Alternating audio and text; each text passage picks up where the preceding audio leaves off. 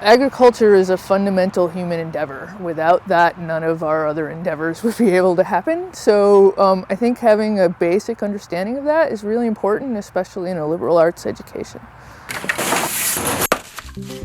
I'm Nancy Hansen. I'm the Director of Farm Programs. The farm is a place for our students to get involved in their own food system.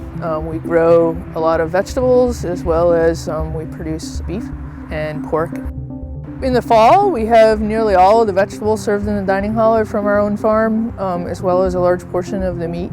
It means that our students are directly connected in growing the food that they eat. I really love it when you see the light go on, when suddenly something clicks and they kind of understand what they're doing makes a difference for themselves and for their community.